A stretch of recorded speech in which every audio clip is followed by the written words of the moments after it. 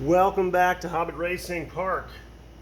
We are closer than ever to having a circuit. Well, 4 circuits, if you allow the expression, since 4 lanes are all individually powered, but the other meaning, of course, of a circuit is getting this track in running order.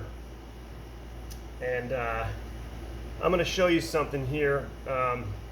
Like anything that goes well, usually trial and error is the case. And for those that are willing, because this won't be for everybody, because some people might think that they're going to break things or they're going to make things worse, you got to try, right? It's just building materials, and if you are willing to go this far, then maybe you have a repair, and this will give you some confidence that you can do it this way. If you don't want to use contact cement, you don't have to. This is a section of the track right here, in fact, that you can almost see where my hand is. It was not purposefully taken apart, but it came apart in the move. But the rock hard putty and some other things managed to keep it together. I took some wood clamps and pressed it together, and I think honestly, right or wrong, some of the braid took the stress.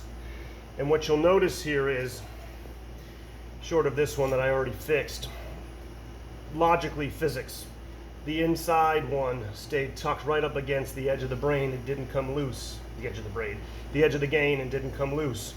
The outside stressed and came loose from its 3M tape, only a little bit, but just enough where you'd say, well, that's what contact cement is for.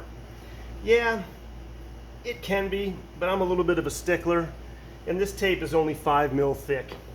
And contact cement, well, let you a little bit of insight into my life. I'm a chemist.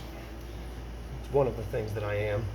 And so I'm not going to deal with contact cement wafting up in my face, particularly while you can hear an air conditioner about 10 feet away from me cooling down this space. So I won't bore you any longer with the details of my life, and we'll take a look at this. So with a putty knife, you can clearly see that the braid was laid down effectively, as you would imagine, by Scott Culp at War Eagle River. He didn't put extra stress on the braid. It just needs to be laid where it needs to go. The stress was created in the move. So I actually have room to get my putty knife under here, and you can't see probably from the depth, but my putty knife is at least a 1/4 inch off the track.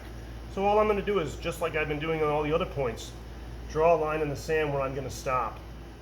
And I'm going to carefully find my way, manipulating this tape and laying it underneath there. There's no reason you can't do that. I could almost stick my pinky finger underneath there. There's so much of it. So again, like anything else, good estimates work in these cases. We don't need to be breaking out a tape measure and figuring it out.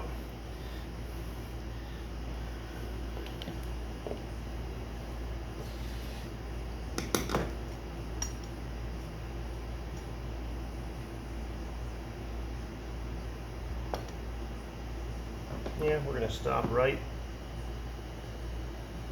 there. And then it's just as simple as trying to find some ways to get underneath there.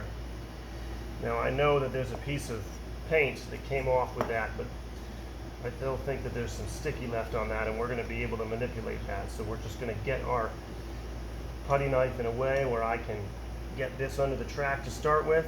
Hopefully my hands aren't too far in the way, but you'll be able to see what I'm talking about in just a moment.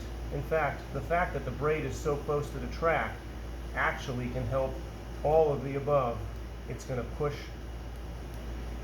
my tape where I want it to go a little bit easier, even though I need to go just a little bit deeper. Just a little bit deeper in that whole area we go. Just a little bit deeper. Now I'm in. Just like anything else, I'm going to get up against the edge of that gain. It's a little bit tougher, no doubt about it, but it's not that complicated. Switch, come back to the other side, start doing the same things that we did. Build our curve, and then you're going to have a little bit of a challenging point at some point down here.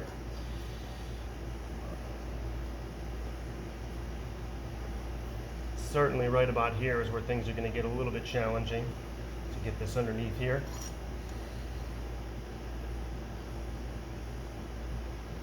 You just got to kind of make your way in there, but just try not to let that tape actually sit until you're ready to push it where you want it to go. And I think I have just literally almost nailed it on that one. Couldn't have asked for it to sit any better. Wow. And then guess what? The obvious thing to do is, right? We're going to do this twice. We're going to do it once.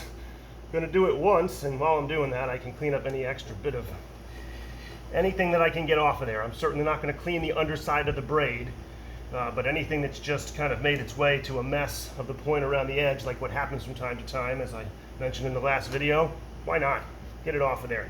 Now this literally right here, this ironically becomes the most difficult part, because I don't really have a good angle to get to the beginning of the tape like you would if you were in a position where you were starting from a scratch point.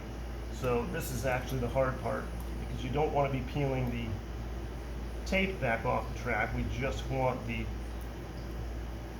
edge of the paper. So we're going to assume and hope that I made contact with the paper and not the tape, and it looks like I did a good job there.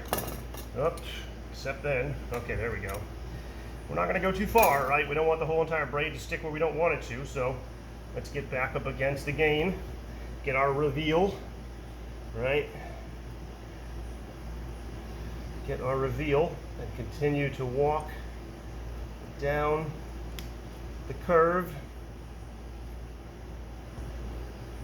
pulling up extra from the last braid lay down, and that's fine. It's helping us again. Any little bit of thickness that we can get rid of from previously.